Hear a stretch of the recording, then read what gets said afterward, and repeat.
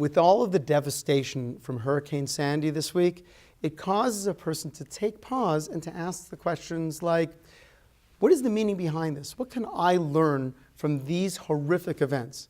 Well, it happens to be that in this week's Torah reading, Parshas Vayera, we also have one of the great destructions that are recorded in our Torah.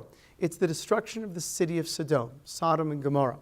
If a person were to look at these two events side by side, we will understand a little insight in terms of how the Torah wants us to view the world. So one of the first components of the destruction of Sodom is that God came to Avram and said, Avram, I'm going to destroy the city of Sodom.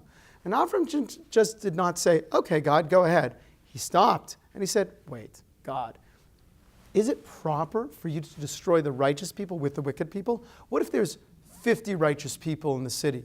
God says, I won't destroy the city. Okay, what about 45 righteous people in the city? God says, I won't do it. What about 40? What about 30? What about 20? What about 10? And God says, if there are 10 righteous people in this city, I will not completely destroy it. Then Avram picks up, he goes to his tent, and God sends an angel to go and destroy the city of Sodom. Evidently, the reason Sodom was destroyed was not because there were 100,000 evil people out there. It's because there were not 10 righteous people there. And that should give us an inkling in the power of righteousness. How much a righteous person, how much goodness can be brought into the world with a righteous person. So in terms of the destruction of Sodom, which is not the same as the destruction from Hurricane Sandy, we have to recognize that Sodom was complete destruction. All those people were killed. And Sandy, even though one loss of life is too much, and one house that's flooded or burnt down is too many, and one loss of a job is too difficult, we have to remember, in comparison to other events, all of those people who lost their homes and are going through those difficulties, we have to help them, and we have to pray for them, but they also have to realize they're still in the game.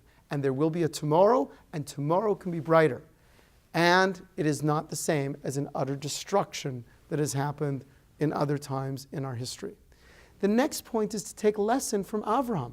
Avraham, when he was warned that destruction was coming, he didn't just say, okay, and he also did not just go and get a bottle of water and keep it on the side and be prepared that way. But he stopped and he prayed.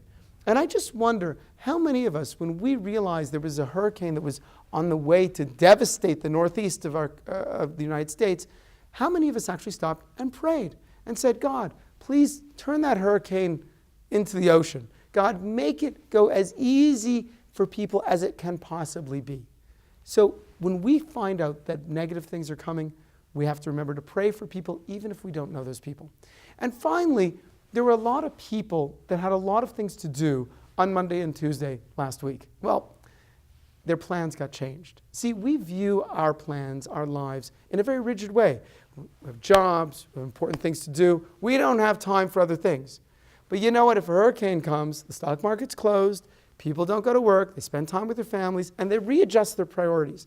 And sometimes when we see events like this happening in the world, that should cause us to examine our priorities and say, wait a second, I have to realize my life is not as rigid as I think it is. And sometimes I have to make the allowance to do other things that are also very important at that time.